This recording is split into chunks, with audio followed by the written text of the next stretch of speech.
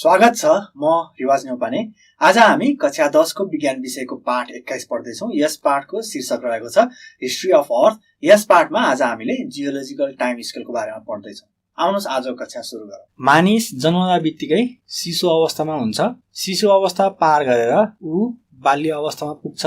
त्यसैगरी बाल्य अवस्था पनि पार गरिसकेर ऊ किशोर अवस्था र किशोर अवस्था पार गरिसक्दाखेरि ऊ वयस्क व्यक्ति बन्दछ।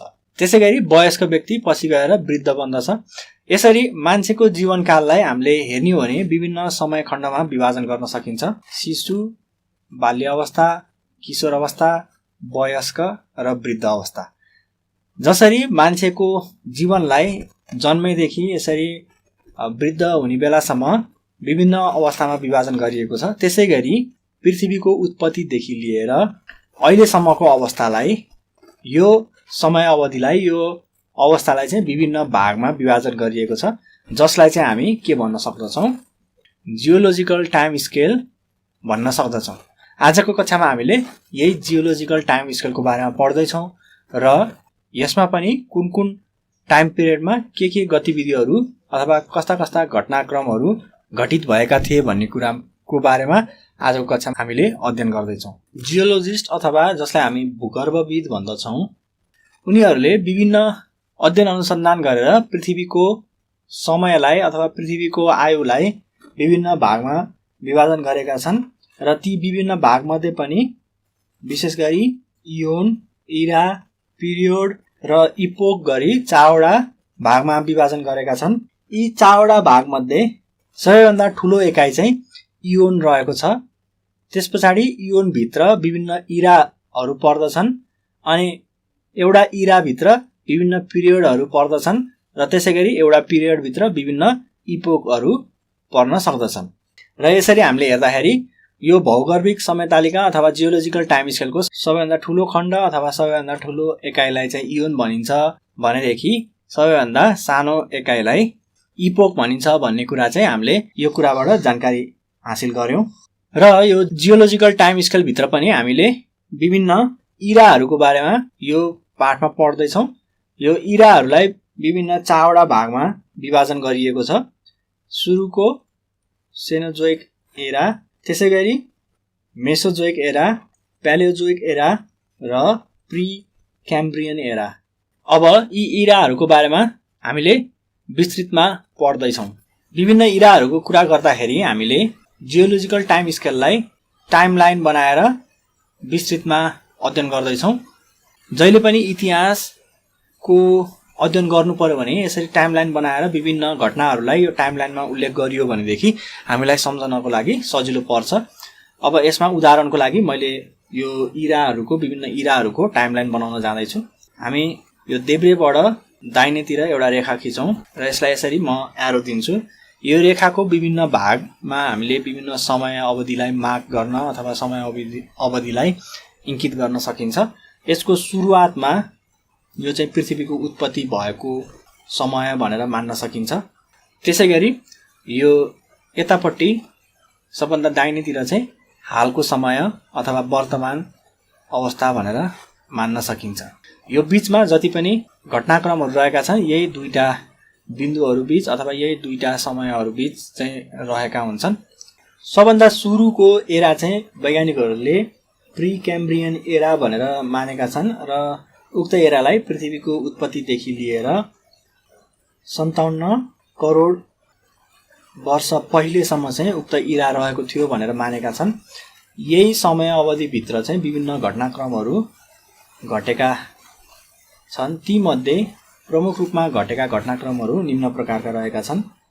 सुरुमा पृथ्वीको उत्पत्तिसँगै कुनै पनि जीवहरू चाहिँ थिएनन्, नो लिभिङ अर्गानिजम्स भनेर मैले लेख्न सक्छु। तर लगभग यो बीचमा यही समय अवधिको यो बीच भागमा 3.8 अरब वर्ष पहिले यो समयमा चाहिँ के भयो त ब्याक्टेरियाहरूको र सूक्ष्म जीवहरूको उत्पत्ति भयो भन्ने कुराको विश्वास गरिन्छ। त्यसैगरी यो बीचमा अर्को समय रहेको छ। यो 3.8 अरब भन्दा पछाडि 3.2 अरब, यो 3.2 अरब इयर्स अगो अथवा त्यति समय अगाडि चाहिँ लेउहरू अथवा एल्गीको उत्पत्ति भएको मानिन्छ र यही इरामा विभिन्न रकहरू जस्तै नाइस र ग्रेनाइट जस्ता रकहरू, रक भनेको चट्टानहरू बनेको चाहिँ भनेर मानिन्छ। त्यस पछाडिको समय यो चाहिँ के भयो त प्री क्याम्ब्रियन एरा भयो। प्री क्याम्ब्रियन इरा पछाडि यस पछाडिको समयलाई वैज्ञानिकहरूले प्यालियोजोइक इरा भनेर विभाजन गरेका छन्। प्यालियोजोइक इरा 57 करोड वर्ष अघिदेखि लिएर 25 करोड वर्ष अघिसम्म रहेको थियो भन्ने विश्वास गरिन्छ। यस इरामा बनेका विभिन्न पत्रे चट्टानहरूको अध्ययनबाट विभिन्न जीवहरू जसमा वनस्पति तथा विभिन्न एनिमल्सहरूको विकास भएको पाइन्छ। त्यसैगरी एटमोस्फियरमा विभिन्न किसिमको परिवर्तन भएको पाइन्छ।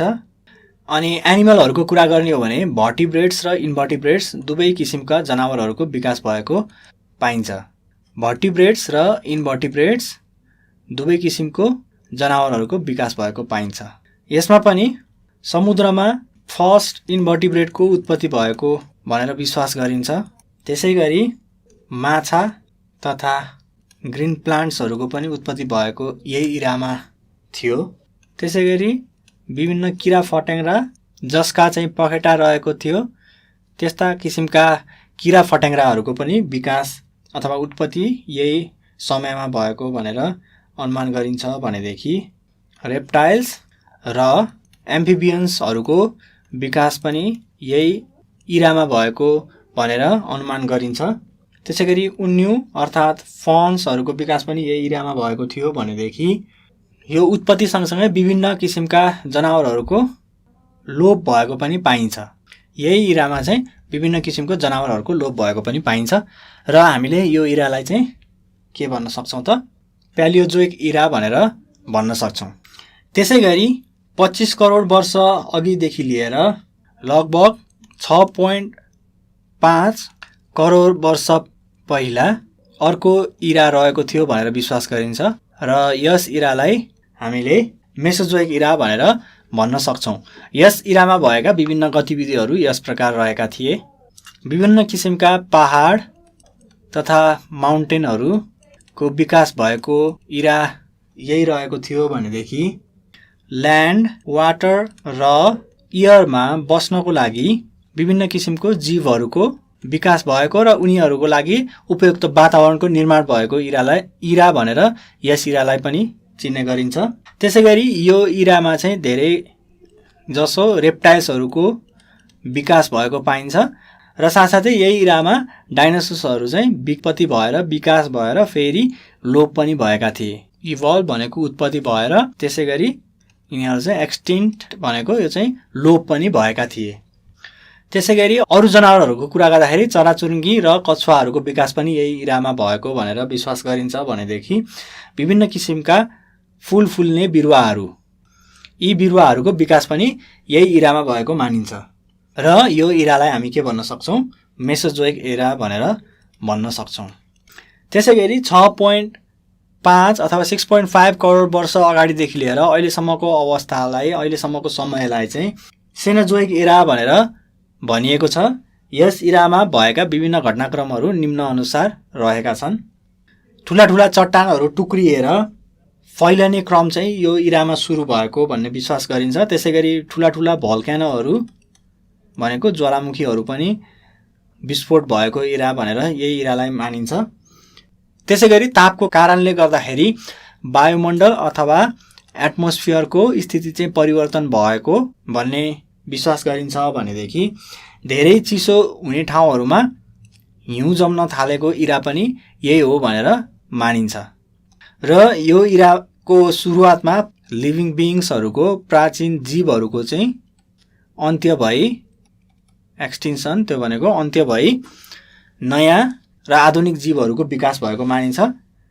र त्यसैगरी स्तनधारी जनावरहरू जसलाई हामी म्यामल्स भन्दछौँ, म्यामल्सहरूको उत्पत्ति पनि यही इरामा भएको मानिन्छ र म्यामल्सहरूमध्ये पनि सुरुमा चाहिँ पहिलो घोडा, हर्सहरू उत्पत्ति भएको इरा यही नै हो।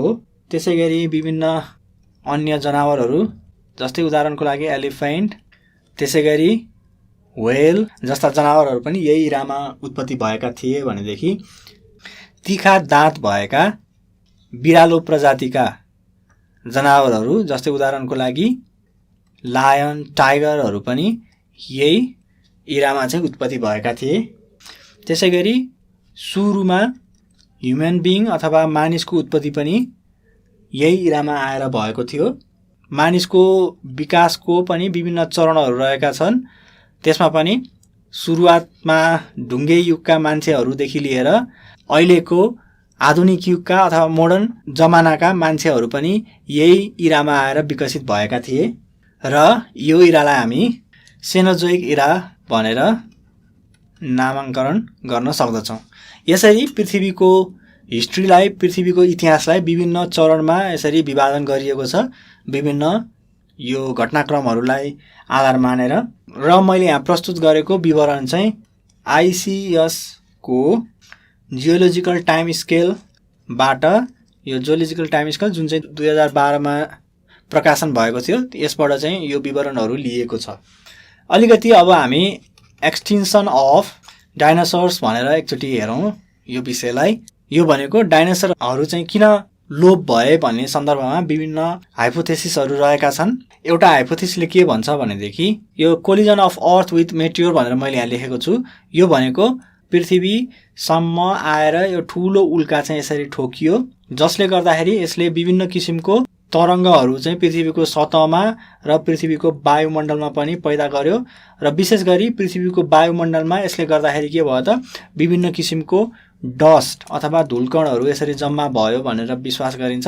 यसरी विभिन्न किसिमको धुलकणहरू जम्मा भइसके पछाडि के भयो त सूर्यबाट आउने प्रकाश चाहिँ पृथ्वीको सतहसम्म पुग्न पाएनन्।